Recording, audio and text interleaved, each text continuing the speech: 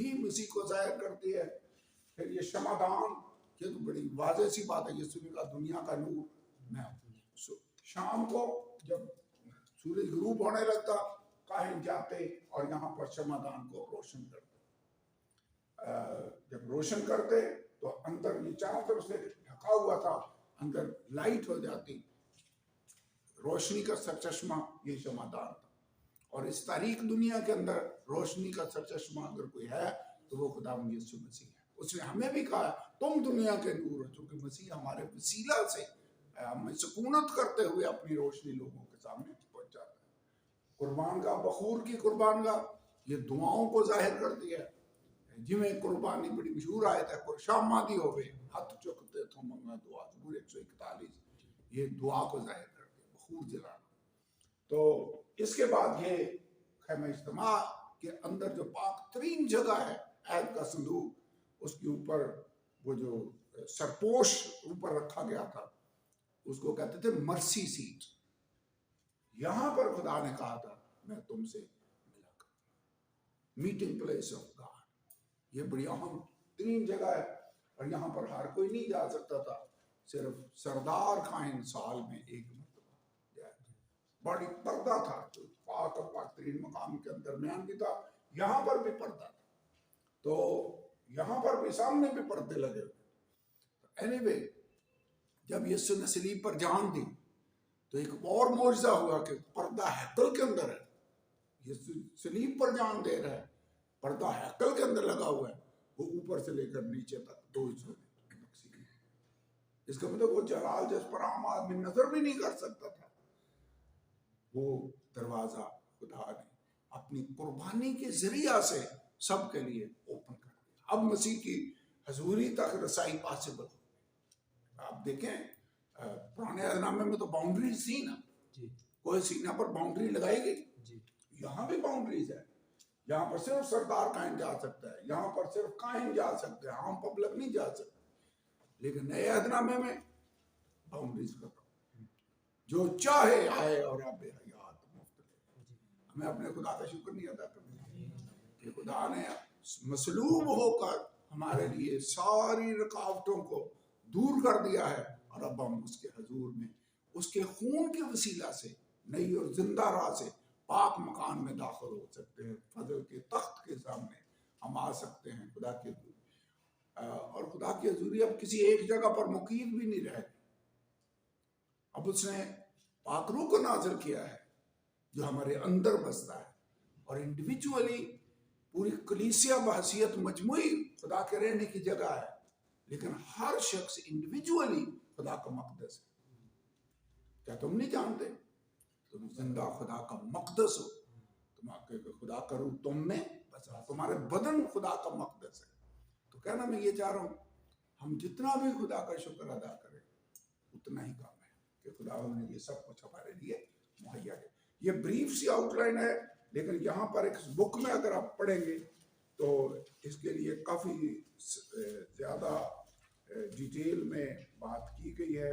Page 167 پر اگر آپ دیکھیں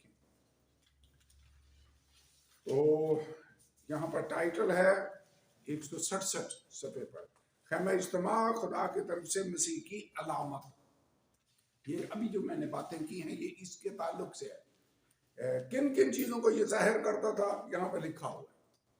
نیچے اگر آپ دیکھیں زمینی مقدس، آسمانی مقدس، پاک ترین مقام یہاں پر ہے. پاک ترین مقام ہمارے لیے خدا کی حضوری ہے. ادھر دیکھیں پردہ لکھا ہوا ہے، پردہ مسیح کا جسم ہے، پردہ ہے. اب دیکھیں یسوع کا بدن، اس کے اندر تو خدا تھا لیکن وہ باڈی سمجھ لیں پردہ ہی ہے، جس کی وجہ سے لوگوں کو سمجھ نہیں آ رہی تھی کہ اندر کیا ہے. جانوروں کا خون، ادھر مسیح کا خون ہے. ادھر قربان گاہ ہے، ادھر مسیح ہماری قربان گاہ بن جاتا ہے. تو اینیوے یہ آپ نے اس کو ضرور پڑھنا ہے. پھر اگلے پیج پر جائیں 168 پر، تو دروازہ آپ جانتے یسوع نے کہا بھیڑوں کا دروازہ میں ہوں، کوئی میرے راہ اور حق اور زندگی میں ہوں، کوئی میرے وسیلہ کے بغیر باپ کے پاس نہیں جا سکتا. دروازہ بھی مسیح کو ظاہر کرتا ہے. یہ جو مشرق کی طرف گیٹ ہوتا تھا یہ بھی آنے والے مسیح کو ظاہر کرتا ہے. پیج 169 پر دیکھیں، سوختنی قربانی کے لیے پیتل کی قربان گاہ، یہ 7.5 فٹ مربع فٹ تھی، اونچائی اس کی 4.5 فٹ، یعنی 7.5 فٹ لمبی، 7.5 فٹ چوڑی اور 4.5 فٹ اونچی تھی۔ یہ بھی کس چیز کو ظاہر کرتی ہے، یہ میں نے آلریڈی آپ کو بتا دیا۔ زبور پیج 170 پر اگلے صفحے پر جائیں، پیتل کا حوض، یہ انٹرسٹنگ بات ہے، لکھا ہوا ہے پیتل کا حوض عورتوں کے آئینوں کے پیتل سے بنا تھا۔ اس کا مطلب اس وقت ایسے آئینے نہیں تھے جیسے ہم نے گھروں میں رکھے ہوئے ہیں، بلکہ پیتل کو، جو چمکدار پیتل ہوتا اس کی سطح کو آئینے کے طور پر یوز کرتے تھے۔ آیت پڑھ لیں، خروج 38:8 آئے۔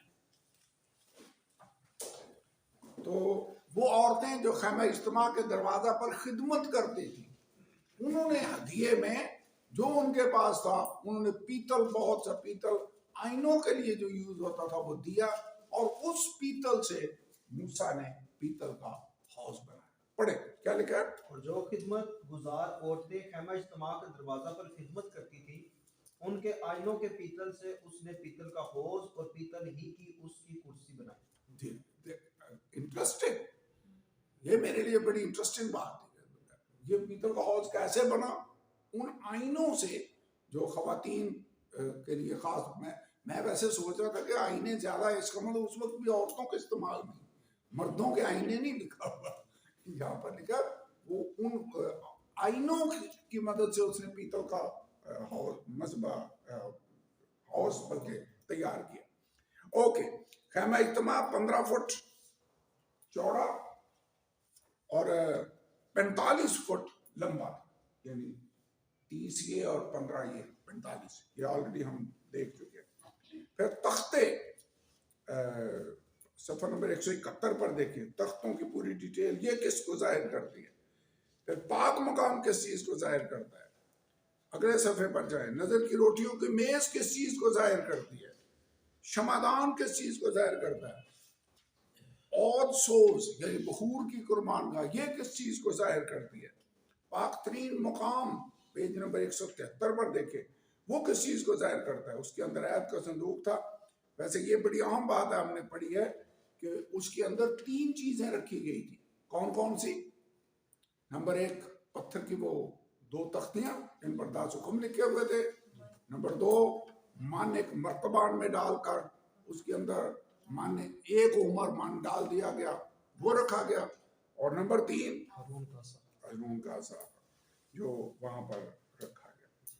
اوکے، عہد کے صندوق کو اوپر جو ڈھکنا بنایا گیا اس کو کہتے تھے سرپوش، انگریزی میں اس کے لیے جو اوریجنل لفظ ہے وہ ہے کیا ہے؟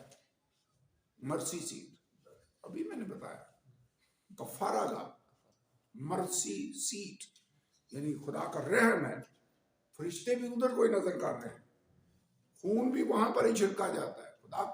خدا نے کہا میں یہاں پر تم سے ملا کروں گا۔ ویسے خدا کا رحم ہی نہیں ہے جو ہماری خدا کے ساتھ ملاپ کی جگہ بن جاتی ہے، ویسے تو ہم اس لائق نہیں، ویسے تو موت کے حقدار ہیں، گناہ کی مزدوری موت ہے، لیکن خداوند نے ہم پر رحم کیا ہے۔ اور اس کے بعد جب یہ سب کچھ بن گیا تو بائبل کے اندر یہ لکھا ہوا ہے کہ خدا کا جلال اس جگہ پر نازل ہوا اور اس نے اس سین کو معمور کر دیا، اس خیمہ اجتماع کو کر دیا۔ تو خدا کا جلال، جلالی بادل وہاں پر آ گیا۔ اوکے، تو یہ سارا میں نے اس کی آپ کو اس لیے بتایا ہے کہ یہ یہاں سے لے کر یہاں تک یہ پورا یہ لکھا ہوا ہے، میں اس کو دوبارہ پڑھوں گا نہیں، ہم پھر آگے چلیں گے، لیکن چند چیزیں پچھلے صفحوں پر ہم جانے کے لیے دیکھتے ہیں۔ صفحہ نمبر پیچھے آ جائیں، 161 پیج پر، باب ہے 28واں باب، خروج کی کتاب 28واں جلد،